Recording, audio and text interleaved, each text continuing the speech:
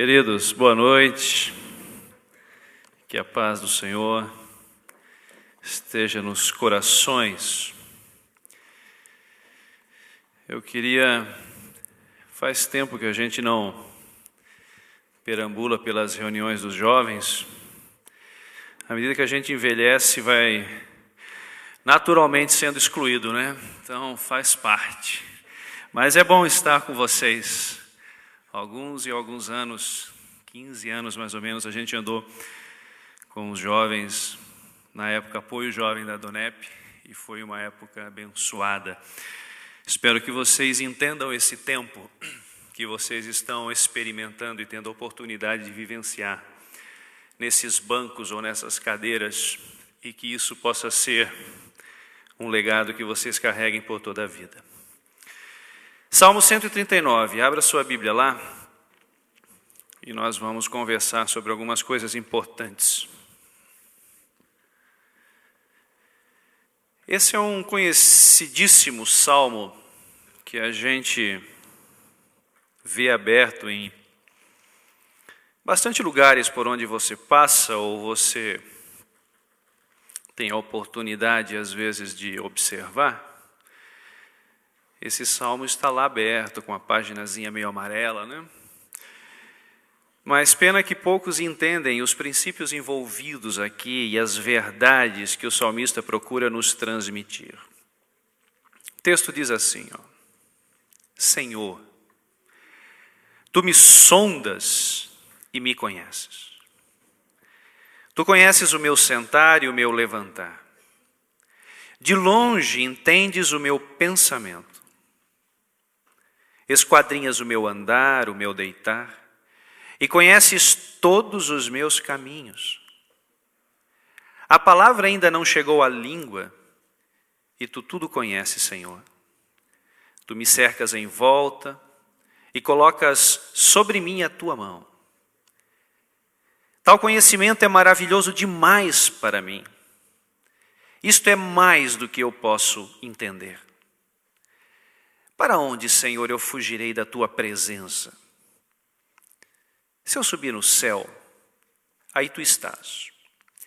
Se eu fizer no mundo dos mortos a minha cama, ali Tu também estás. Ah, se eu pudesse tomar as asas da alva e habitar nas extremidades do mar, ainda ali a Tua mão me guiará, a Tua direita me susterá. Se eu pensar, as trevas me ocultarão, então a noite se tornará dia à minha volta. Nem ainda as trevas são escuras para Ti, mas a noite resplandece como dia. Trevas e luz para Ti são a mesma coisa. Senhor, Tu formaste o meu interior, entreteceste-me no ventre de minha mãe. E eu Te louvarei, porque de um modo admirável e maravilhoso eu fui formado. Maravilhosas são as Tuas obras, e a minha alma o sabe muito bem. Os meus ossos não Te foram encobertos, quando ocultamente eu fui formado e esmeradamente tecido nas profundezas do ventre materno. Os Teus olhos viram o meu corpo, ainda uma substância sem forma definida, e no Teu livro foram escritos os dias, sim, todos os dias que me foram ordenados para viver, sendo que nenhum deles ainda havia. Quão preciosos me são, ó Deus, tais pensamentos. Quão grande é a soma deles. Se eu os contasse, seriam mais numerosos do que a areia. E quando eu acordo, Senhor, esta verdade ainda está comigo. Oxalá se matasse o perverso, ó Deus, e os homens sanguinários se apartassem de mim. Homens que se rebelam contra Ti e contra Ti se levantam para o mal. Eu os odeio, Senhor, os odeio completamente, e me aflijo por causa dos que se levantam contra Ti. Odeio-os com ódio completo e os tenho por inimigos. Sonda-me, ó Deus, conheça o meu coração, prova-me e conheça os meus pensamentos. e vê se há em mim algum caminho mau, e guia-me pelo caminho eterno. Queridos, essa tão conhecida canção nos traz um princípio fundamental para a nossa vida, independente da idade que a gente venha a ter. O salmista começa dizendo: tu me sondas e me conheces. É interessante a gente observar que o conhecimento que Deus tem de nós não é resultado de sua onisciência. Às vezes a gente pega esse salmo como sendo um salmo que canta a onisciência de Deus, o conhecimento total, pleno e absoluto que Deus tem de todas as coisas.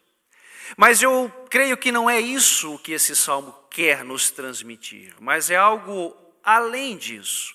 Porque o conhecimento que Deus tem da vida do salmista não é resultado apenas do poderio que Deus tem. O salmista não está dizendo que Deus vai numa espécie de banco de dados celestial e puxa a nossa ficha e ali tem todas as nossas informações. Ou que ele manda um anjo nos acompanhar e esse anjo presta uma espécie de relatório celestial com tudo aquilo que somos, pensamos, temos e desejamos. O salmista deixa muito claro que o conhecimento que Deus tem da minha e da sua vida é fruto do envolvimento dele com a nossa existência. Tu me sondas, a ideia do sondar é de cavar, né, em busca de pedras preciosas, joias, minérios ou coisa similar. Traz a ideia de averiguar, de pesquisar a respeito. Ele está dizendo: tu me sondas, por isso você me conhece. Porque você me examina, porque você procura por mim, porque você me investiga, porque você cava para dentro da minha vida. O conhecimento que Deus tem da nossa existência é resultado deste envolvimento. Nós precisamos prestar atenção nesses princípios. Agora, é interessante observar que, por Deus conhecer-nos tão bem e andar tão perto da gente, nós não o conseguimos impressionar. Você não consegue fazer nada para deixar Deus impressionado com você. Ele sabe quem você é. Ele sabe onde dói, ele sabe do que você gosta. Não adianta a gente criar uma panca, sabe? Uma boa impressão para com Deus. Não adianta, ele sabe quem realmente somos. Nós não conseguimos fazer nada para que Deus nos ame mais. E também não conseguimos fazer nada para que Ele nos ame menos. Ele sabe como somos e nos aceita e nos entende e nos ama exatamente como somos. Se nós fôssemos Deus, provavelmente, não queríamos nós mesmos por perto. Mas Deus é tão bom que em sua infinita bondade nos conhece melhor do que nós mesmos. E aceita se envolver com a nossa vida, partilhar os nossos sonhos, direcionar o nosso futuro, saber de onde nos tirou, quem somos e para onde está nos dirigindo. Se nós tivéssemos esta verdade dentro de nós, nós seríamos libertos de uma infinidade de problemas. A gente vive tentando impressionar pessoas, homens, as pessoas que nos rodeiam, e inclusive Deus. As pessoas olham para nós e pensam que nós somos isso que projetamos, a reputação que temos, que muitas vezes não tem nada a ver com o nosso caráter. Alguém já disse que para muitas pessoas, se a reputação do sujeito encontrasse o caráter dele na rua, os dois não se reconheceriam, de tão diferente que o cara é. E muitas vezes a gente age assim com Deus. A gente quer mostrar para Ele que a gente ora, que a gente é interessado nas coisas dele, que a gente o ama, que a gente é bonzinho, e a gente não é nada disso. O salmista diz: você cava para dentro de mim, e por isso você me conhece, você me acompanha. Eu não consigo impressionar você. Você sabe quem eu sou. Deus é a única pessoa que nos ama, sabendo plenamente quem nós somos. A gente consegue iludir o cônjuge, o amigo, os líderes, as pessoas que estão por perto. Nós escondemos os nossos defeitos, projetamos as nossas virtudes, mas Deus sabe quem nós somos. E eu gosto disso, de o salmista dizer: tu cavas para dentro de mim e por isso você me conhece. Ele diz: tu me conheces, Tu sabes, né, os meus momentos particulares, quando me sento, quando me deito, os meus pensamentos. Sabe, você sentado, quieto, você deitado, não tem ninguém por perto. Na realidade, nós somos aquilo que somos quando estamos sozinhos, né? Se você quer saber quem você realmente é só prestar atenção no que você é quando está sozinho, quando não tem ninguém observando. Ali a gente se despoja, se limpa, né? Ali nós nos despimos de todas as nossas maquiagens, né, e máscaras, e somos o que somos. Às vezes alegres aqui, mas sozinhos, tão entristecidos, frustrados, enraivecidos, machucados, né? E o salmista diz: tu me conheces, o meu sentar, o meu deitar, os meus pensamentos. Ele diz que Deus também conhece os nossos momentos públicos. Ele diz: você conhece o meu levantar, o meu andar, o meu falar. Sabe, esse ir e vir da vida, as nossas atividades, os nossos momentos quando somos observados. Seja num grupo como esse, nas nossas atividades profissionais, estudantis, enfim. Tu me conheces. Deus conhece também o mais interior da minha vida emocional, psicológica, né, volitiva, quando ele diz assim, ó, a palavra ainda não chegou à língua e você já sabe o que eu quero dizer. Deus já entende por trás das nossas palavras, todos os processos, sabe, emocionais que a produziram, as nossas vontades, os nossos pensamentos. Isso indica que Deus não está isolado nos céus, mas nos acompanhando. Agora, queridos, é por demais assustador você se relacionar com alguém assim. Como é que você vai se relacionar com alguém que conhece plenamente você? A gente gosta de se relacionar com pessoas que nos admiram, que nos aplaudem, que conhecem só os nossos lados positivos e bons, né? A gente gosta de pertencer a um grupo que valorize os nossos dons e etc. e tal, né? Mas como seria se relacionar com alguém que conhecesse também o nosso lado negro? Você já viu alguém no Facebook botar assim, né? Sou mentiroso, sou isso, estou procurando amigo. Já viu? Não, né? Ele diz assim, sou proativo, né? Sou perfeccionista, estou em busca de amizade sincera, como se o sujeito fosse. Né?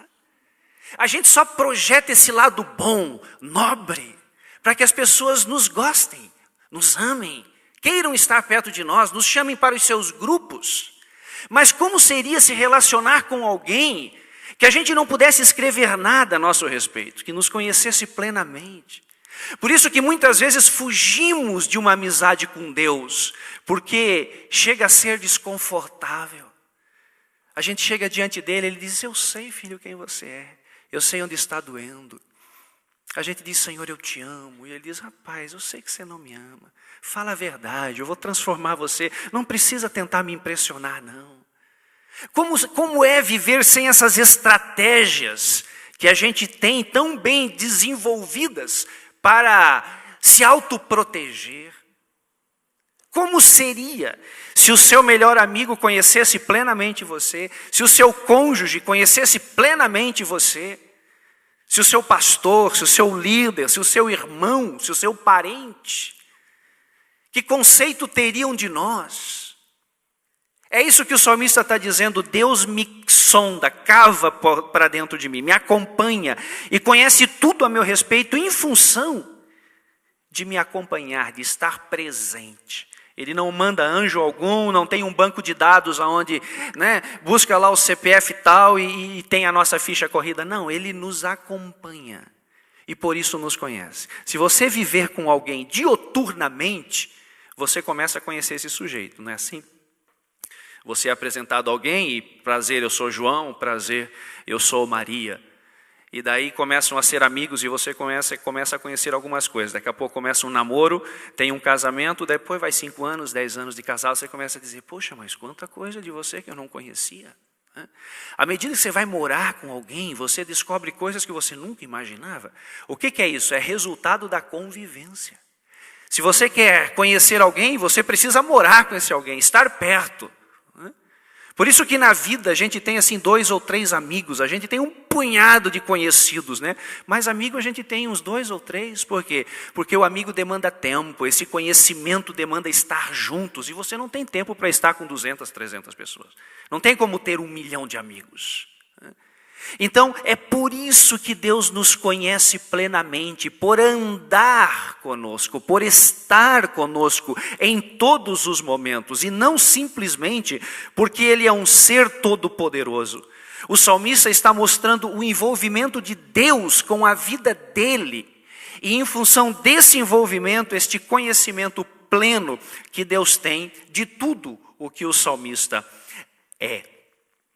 Agora, o que nós temos aqui, queridos, diante de nós, é um exemplo de como Deus espera que o relacionamento entre eu e Ele se processe, aconteça ou se desenvolva.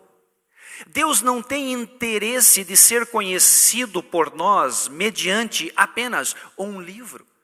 Como se Deus fosse a dedução de um texto, sabe? Você lê a Bíblia e você chega à conclusão que Deus existe, que Ele é todo poderoso e que Ele criou o mundo e está certo, eu creio em Deus por causa. Não é esta a verdade do Evangelho. Quando Deus diz, eu conheço você porque vivo junto, porque te acompanho, Ele está querendo uma resposta da mesma forma, do mesmo modelo. Que nós possamos conhecê-lo porque andamos juntos, porque há um envolvimento, e não porque ele é a dedução apenas de um texto. É mais ou menos como casar. Imagina, 2 pessoas vão se casar, e se tudo o que precisássemos sobre o nosso cônjuge fosse algumas informações importantes, né? No dia do casamento você não ganharia a mulher, você ganharia a biografia dela, né? Está tudo aí, lê, tá tudo que você precisa saber dela está aí. E iria para casa com um livro, teriam todas as informações. Mas não é assim, você leva uma pessoa.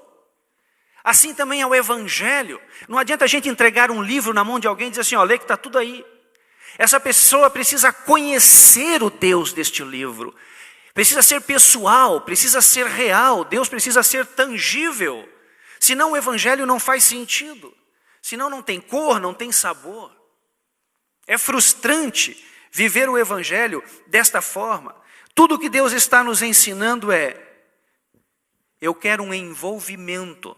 Eu quero que você me conheça de andar comigo, porque eu conheço você, porque ando contigo. E não porque tenho uma lista de quem você é ou do que você não é. Antes de continuarmos, eu queria simplesmente ver alguns exemplos da Bíblia que ilustram esta mesma verdade. Vocês lembram de Jó? Jó era um homem de um conhecimento fantástico sobre Deus. Mas depois daquele período, probatório que ele passa, de angústias terríveis, Jó diz assim, antes eu te conhecia de ouvir falar, mas agora os meus olhos te veem. Ou seja, com todo o conhecimento que Jó tinha de Deus, a ponto de o próprio Deus dizer, ele é um homem bom. Jó chega à conclusão depois que ainda era um conhecimento muito superficial. E que depois daquele período, Deus se tornou muito mais real, muito mais tangível. Este envolvimento foi muito mais pleno, e esta é uma conclusão de Jó, não dos equivocados amigos dele, que depois Deus disse, vão lá pedir perdão, porque tudo que vocês concluíram e falaram, é tudo bobagem. Por isso que é muito perigoso a gente pregar sobre Jó, porque tudo que está escrito lá, a maior das coisas, não são verdadeiras, porque Deus diz assim, vão lá e peçam perdão, porque as conclusões de vocês são todas furadas.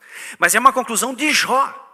É Jó que diz, antes eu não te conhecia da forma como te conheço agora. Eu não tinha um envolvimento tão amplo contigo como tenho agora. Nós temos o outro exemplo de João no capítulo 6, quando Jesus dá um discurso muito duro. Jesus está com as multidões e vê que o interesse delas era pelo pão, pelo milagre, pelas coisas que ele estava oferecendo. E daí Jesus endurece um pouco o discurso e daí vai um para lá, outro para cá, some todo mundo, inclusive a maior parte dos discípulos. E daí Jesus se volta para o grupo dos 12 e diz assim, vocês também querem ir embora? E daí Pedro diz assim, para onde? Para quem iremos nós? Pedro não diz assim, para onde? Ele diz, para quem? O Evangelho não nos leva a um lugar. O Evangelho não nos leva para o céu. O Evangelho nos leva para uma pessoa. Entendeu?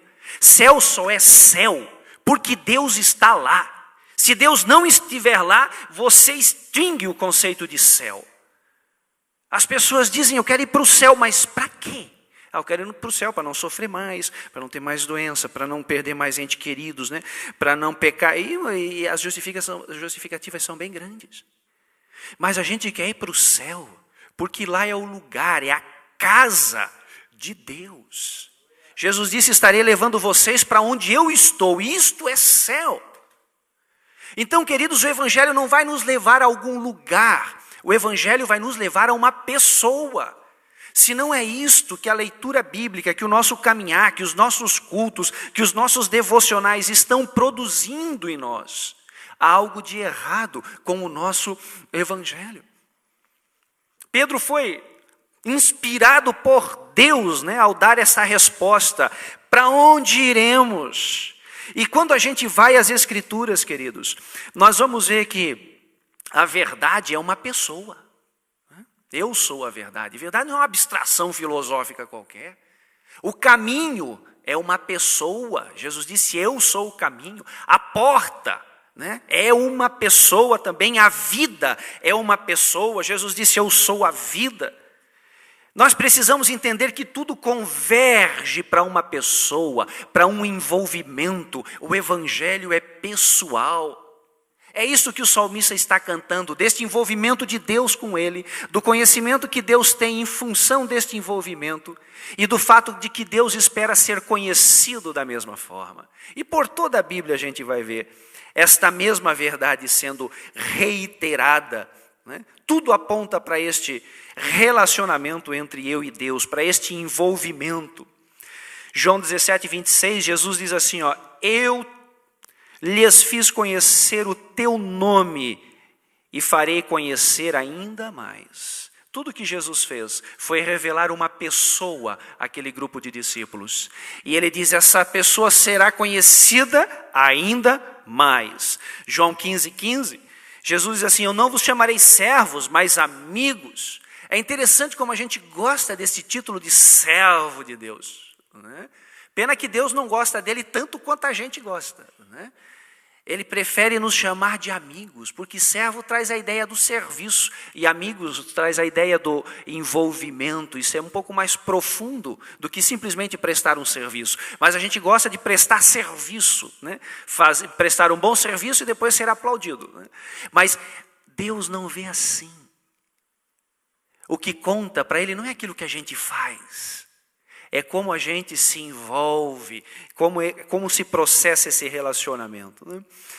Tem um texto que me incomoda muito nas Escrituras, Mateus 7, 21, diz assim, Jesus diz, olha, nem todo que me diz Senhor entrará no reino dos céus, porque naquele dia muitos me dirão, Senhor, profetizamos, expulsamos demônios e fizemos muitas maravilhas em teu nome, mas eu lhes direi abertamente, nunca vos conheci.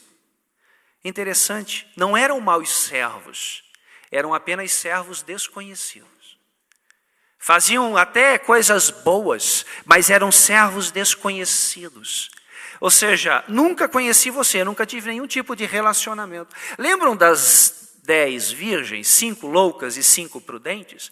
As 5 que ficaram fora, não ficaram fora porque chegaram atrasadas. Ficaram fora porque eram desconhecidas. O noivo diz assim, não vos conheço. O problema não foi o atraso, o problema era o desconhecimento. E por desconhecerem, por não terem nenhum tipo de relacionamento, é que chegaram atrasadas e eram petulantes e loucas, entende? Então, queridos, quantas vezes este é o nosso problema, essa falta de envolvimento, sabe? De não ouvir, de não ser sensível, de não ser apaixonado, de não caminhar, de a voz de Deus não ser real, disso não ter cor e não ter sabor. Às vezes, em função disso, o nosso cristianismo está uma hora lá em cima, outra hora aqui embaixo, as coisas oscilam demais. Uma hora a gente está no gás e na bênção, né? Outra hora a gente não quer ver mais ninguém, as pessoas, não vou mais nesse negócio, né? Não vou mais na igreja também, não leio mais a Bíblia. É como, né, aquela criança birrenta, não brinco mais, né? Não brinco mais também, não. Esse negócio.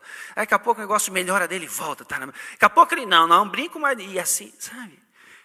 Quando Deus for um Deus de perto, quando as coisas forem reais, verdadeiras, em qualquer instante, em qualquer momento, Deus será amado. O relacionamento será prazeroso, viver valerá a pena.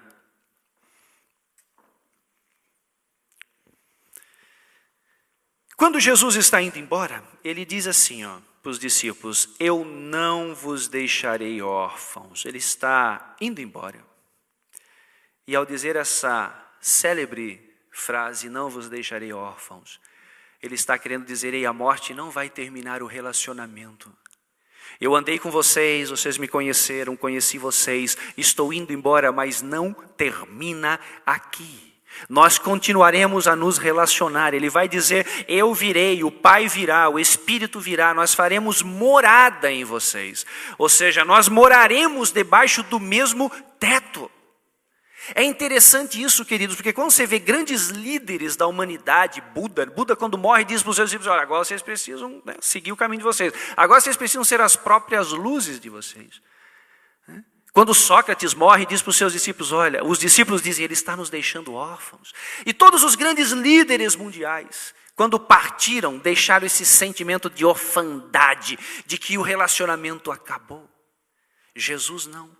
Ele deixa muito claro que não terminava ali, que este projeto de envolvimento entre ele e o homem não era algo apenas para aquele período, mas iria se perpetuar por toda a eternidade. Você pode ser qualquer coisa que você quiser em termos de religião, sem conhecer o líder da religião que você desejar seguir. Você pode seguir o Islã sem conhecer Maomé e sem nem saber quem é Alá. Você pode ser budista sem nunca ter conversado com Buda, meu amigo. Você pode seguir o confucionismo, tendo uma vaga ideia de quem é Confúcio. E assim vai. Pode seguir o espiritismo sem nunca ter conversado ou sabido quem é Allan Kardec. Mas você não pode ser cristão sem conhecer Jesus. Essas verdades estão intrinsecamente ligadas. Se Cristo não for conhecido, amado, se Ele não for real, eu posso ser qualquer coisa menos um cristão. Porque por definição, esse cristão conhece a Jesus. A voz é familiar, o relacionamento é pleno e abundante. O conhecimento que ele tem do seu Deus não é apenas informações de terceiros, mas é de um andar junto, assim como Deus o conhece, porque anda junto. São verdades que nós precisamos entender e aplicar na nossa vida.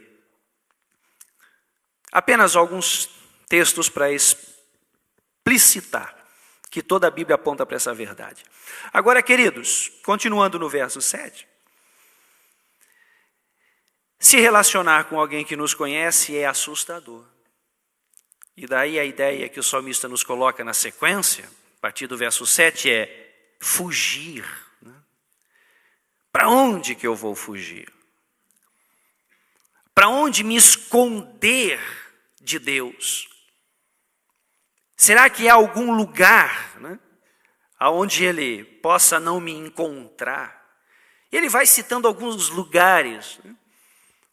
Ele vai dizer, posso ir para o céu, mas bem, você mora aí. Posso ir para o mundo dos mortos, mas vou chegar lá, você vai dizer, olá, tudo bem?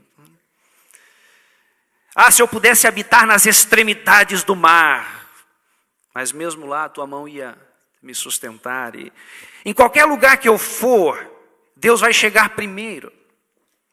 Então, como fazer? Todas as nossas tentativas para fugir de Deus, é mais ou menos como a tentativa da criança, sabe? Ela bota a cabeça assim, atrás da cortina. Me acha, mamãe. Eu tenho 2 pequenininhos, a outra tem 4 anos. De vez em quando ela faz ainda isso, com 4 anos, Me encontra, papai, atrás da porta. Você faz toda aquela cena, que está difícil encontrá-la. E ela acredita naquilo. Às vezes eu penso que Deus faz a mesma coisa, né? Eu vou deixar você perdido um pouco aí para você achar que está dando certo. A estratégia de se esconder. Como se esconder? Para onde você for, você vai para o norte, chega lá, ele vai dizer, aí meu filho, tudo bem? Você vai para o sul, ele vai dizer, e aí, vai deixar eu resolver a vida ou não vai? Você vai para um lado, e ele vai dizer, e aí filho, não sofreu bastante ainda? Vai precisar perambular mais um pouco? Para onde você for, ele vai chegar primeiro. Porque ele anda junto com você. Ele está perto. Então, se você vai, ele vai junto. Quando você chega lá, ele diz, ei, tudo bom com você? Mas como é que você não? Eu vim junto. Não estava esperando por você aqui, vim junto. Porque te acompanho, faz muito tempo que eu cavo para dentro da sua vida. Que eu analiso você mais do que você imagina. Então o salmista diz, como? Se na minha tentativa de fugir de alguém que me deixa vulnerável por me conhecer tão bem, eu jamais vou conseguir fugir. Lembram de Adão? Adão tentou, né? Quando fez alguma coisinha errada lá, tentou se esconder. E Deus fez com ele exatamente o que a gente faz com a criança, né? Onde é que você está, Adão? E Adão ficou quietinho, né? Achando que estava dando certo. Às vezes a gente é assim também. E aí, filho, onde é que você está? A gente fica quietinho. Deus vai passar. Lembram de Davi? Quando Davi comete o adultério, o assassinato, por 1 ano, Davi consegue esconder, entre aspas, o seu pecado. Quando Natã vai conversar com Davi, a criança tinha nascido. Quanto tempo demora uma gravidez? A criança não era recém-nascida, uns 12 meses, 13 meses. Por 1 ano, Davi ficou quietinho, pensando, Deus não ficou sabendo. E é interessante que a Bíblia diz assim, Davi fez isso, e isso não foi bom aos olhos do Senhor. Ponto. E depois continua quando Natã vai dizer para Davi, rapaz, você acha que a tua estratégia de se esconder está dando certo? Vou mostrar o que Deus vai fazer contigo. Vai acontecer isso, Deus viu. Deus vê. Não adianta a gente se esconder com os nossos pecados. Deus vê, Ele está perto. Mas vale abrir o jogo e dizer, Senhor, fiz isso. Fiz isso aqui. Não adianta eu tentar esconder isso do Senhor, eu sou assim, eu sou desse jeito. Elias também, né? Tentou, fugiu. Daí daqui a pouco Deus disse aí, Elias, daí manda um terremoto, fogo, o negócio treme tudo, balança tudo, e Elias pensa, quem é que está vindo aí, né? Não está vindo ninguém, né? Daí quando Deus vem tranquilo, suave, né? Num vento, dizendo, ei Elias, como é que você está? Não quero mais nada não, olha, vou morrer por aqui mesmo. Rapaz, para com isso. Você não é a cerejinha, você tem muita coisa para fazer ainda, a vida é difícil mesmo, levanta e vamos embora. Não adianta. Deus nos acompanha, todas as nossas estratégias de fugir não darão certo, vão ser perdas de tempo, de relacionamento, desgastes emocionais, espirituais. Tenha noção de que seu Deus acompanha você por onde você for, você é dele e ele não vai abrir mão de você. Evite os sofrimentos, as frustrações, as angústias da vida, entendendo que Deus é Deus de perto e não de longe. De que Ele conhece você não porque tem um anjo lá no céu prestando contas para Ele sobre a sua vida, mas porque Ele acompanha você no aqui e no agora. Agora tem uma outra coisa impressionante, a partir do verso 13, quando o salmista começa a cantar sobre o envolvimento de Deus com a vida dele. Nós temos a falsa impressão de que Deus começou a se envolver com a nossa vida no momento que a gente o aceitou. Na realidade, a gente diz assim, mas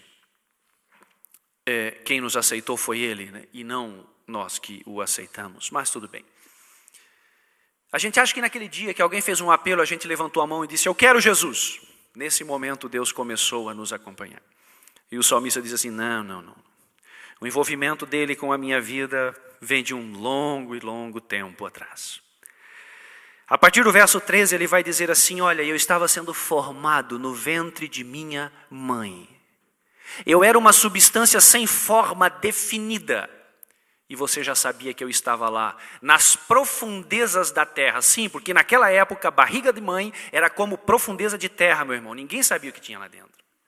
Você só ia saber o sexo da criança quando nascesse. Não era como hoje, você vai lá, tira um ultrassom, né? Tridimensional, tudo certinho, mas não é assim.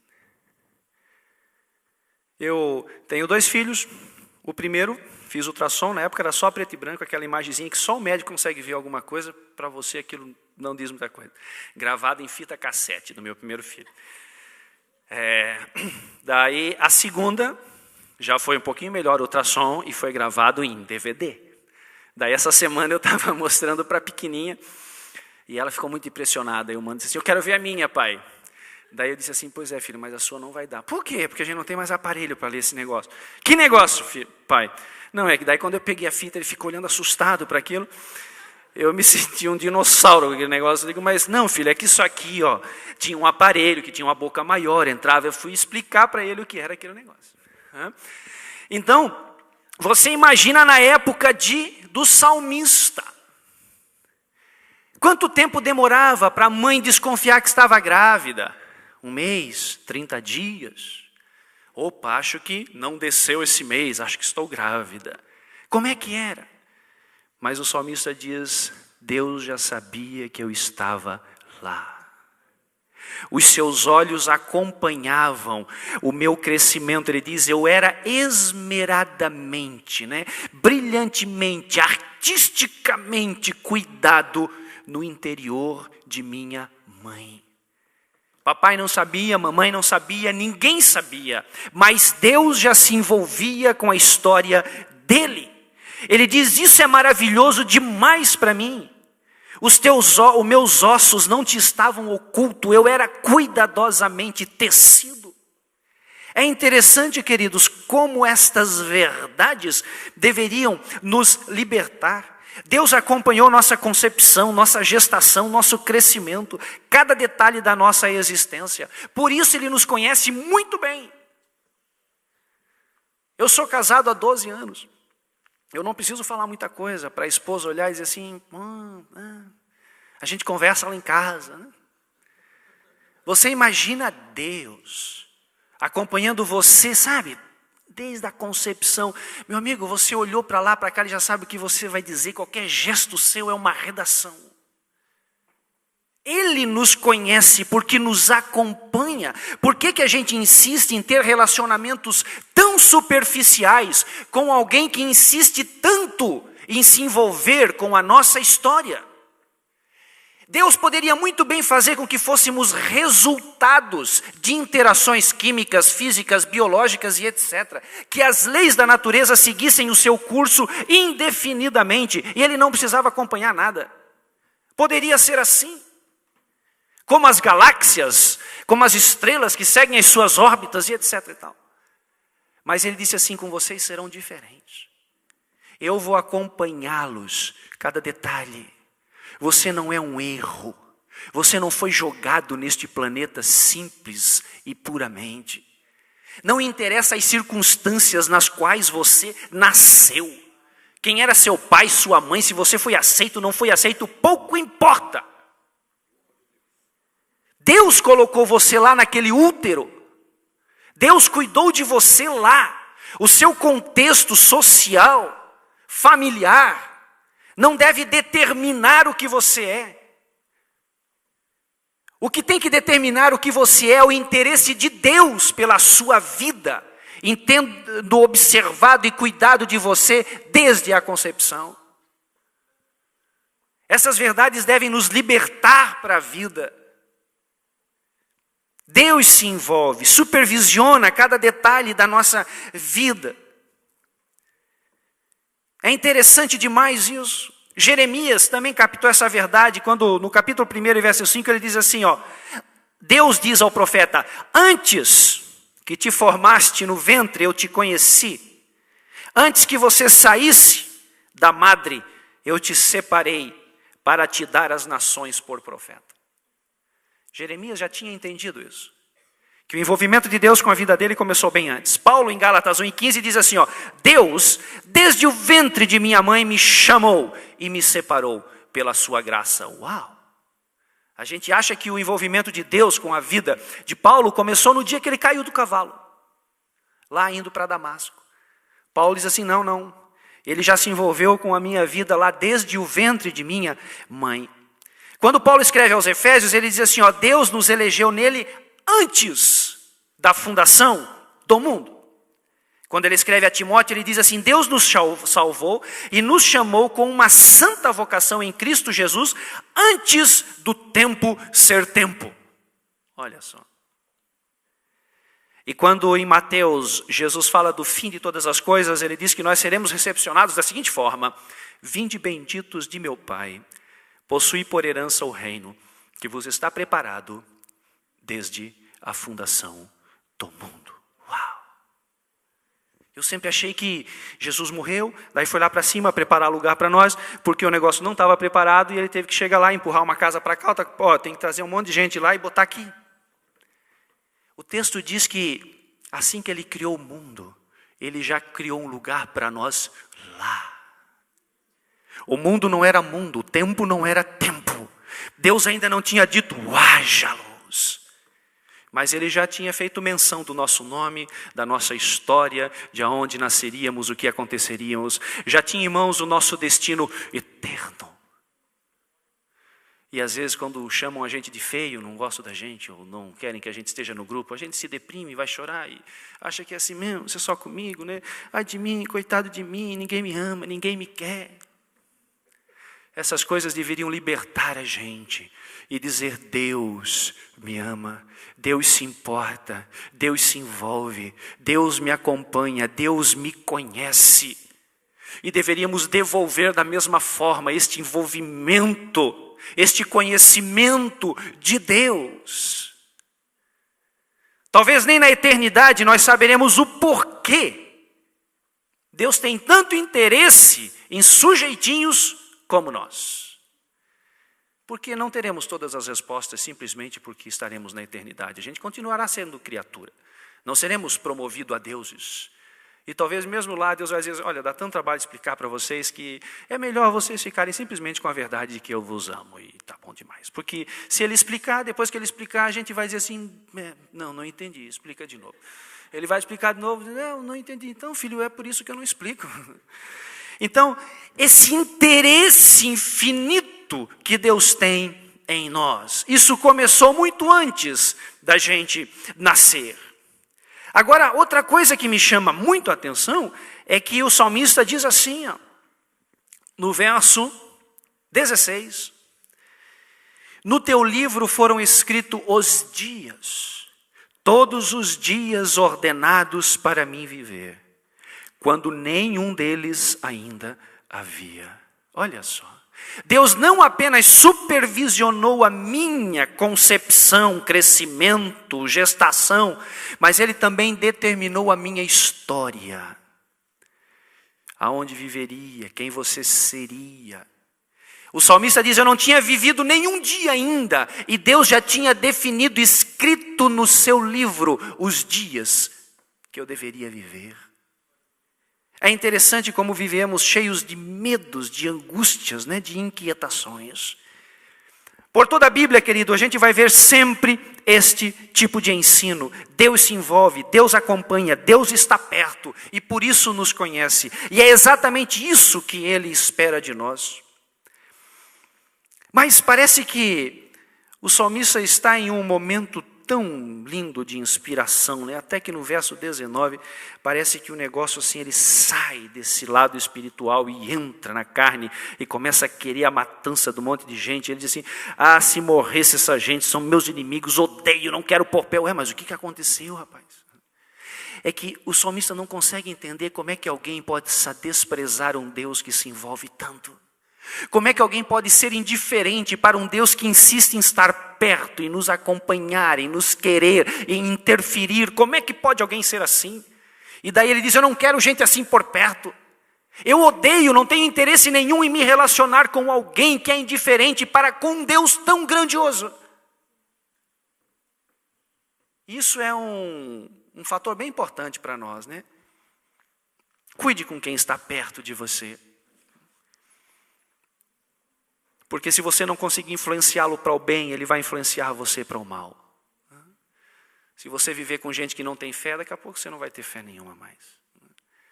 Se você viver com pessoas que não têm nenhum interesse em se relacionar com Deus, daqui a pouco você também vai estar achando que não é interessante isso.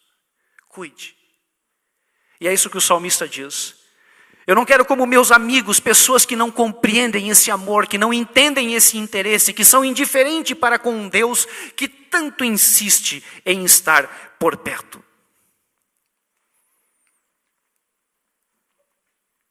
Deus sempre procurou, queridos, esta amizade, este envolvimento.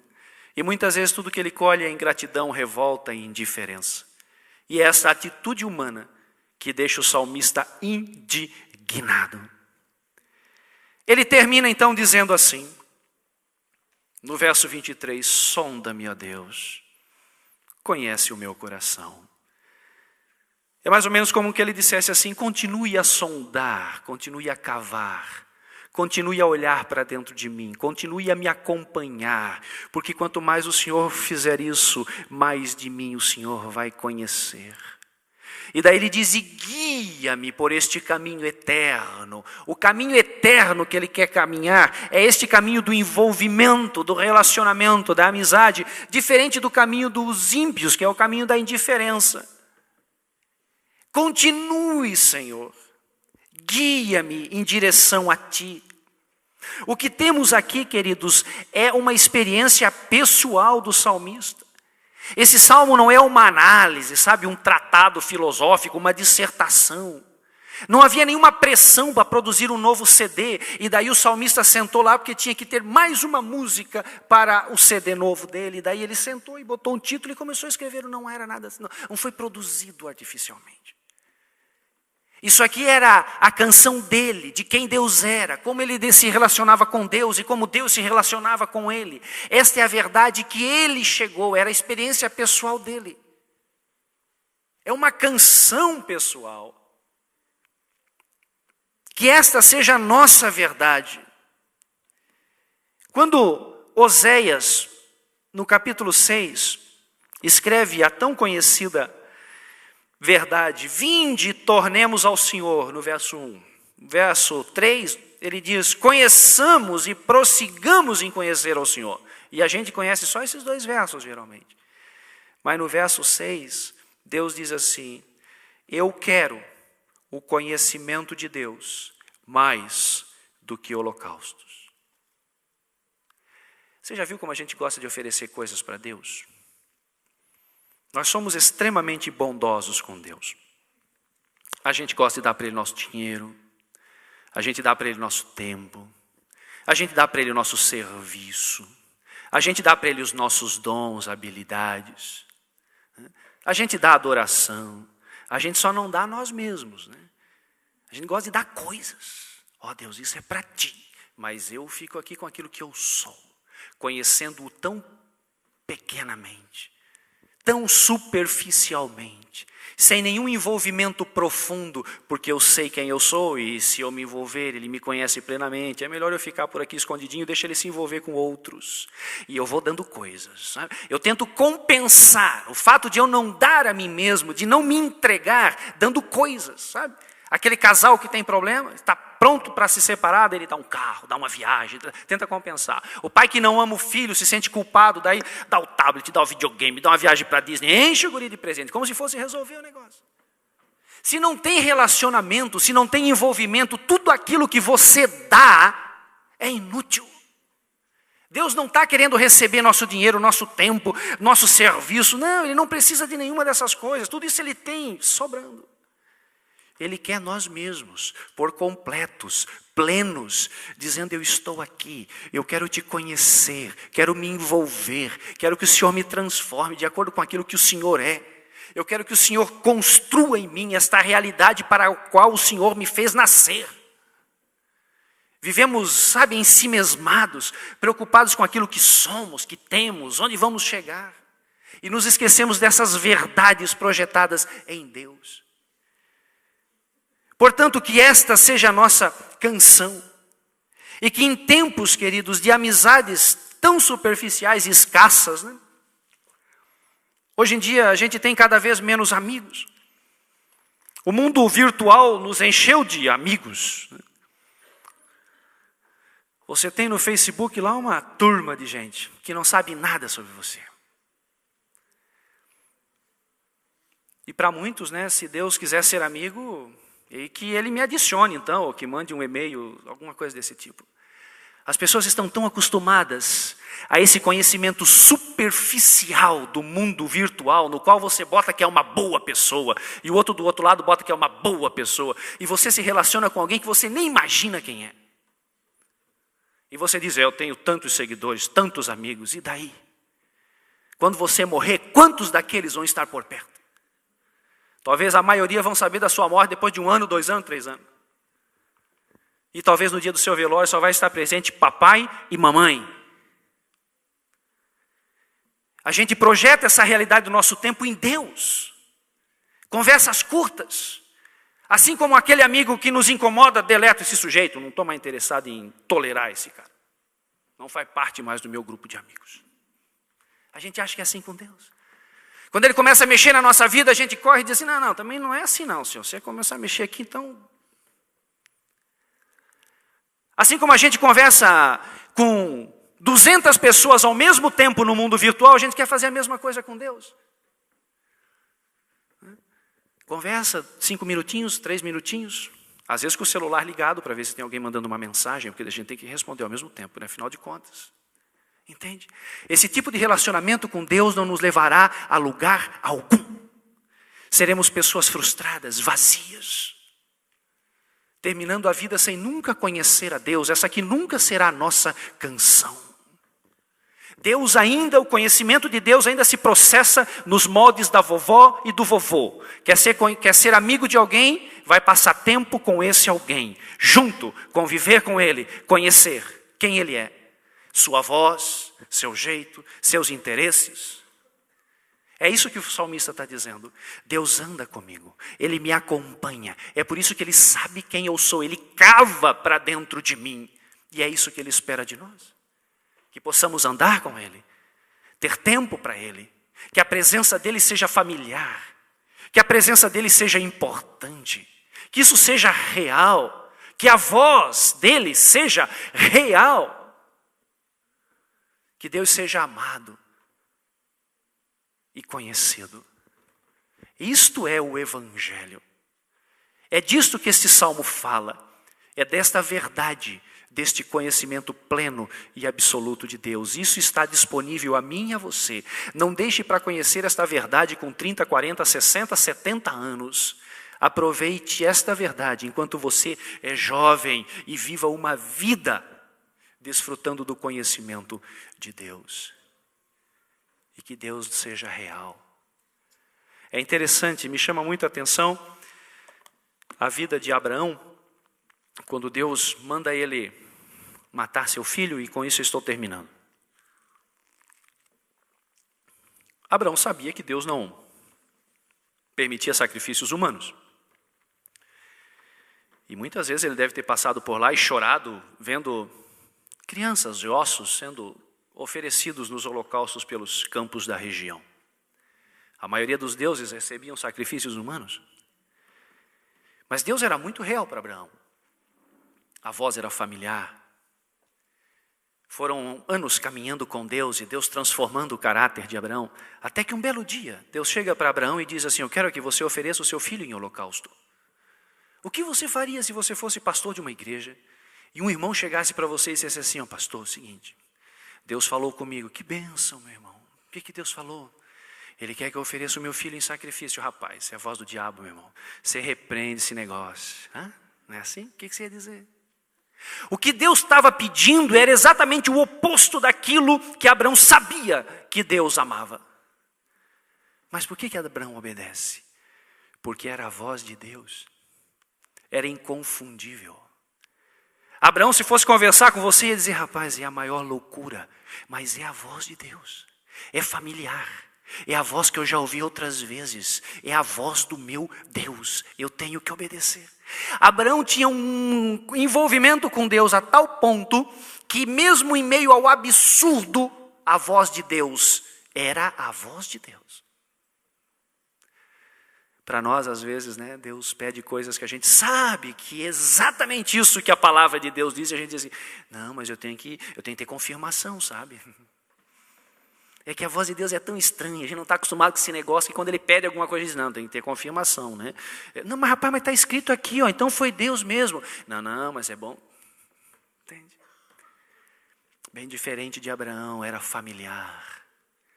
E depois você sabe a história, quando Deus diz assim: rapaz, eu não quero que você mate isso não.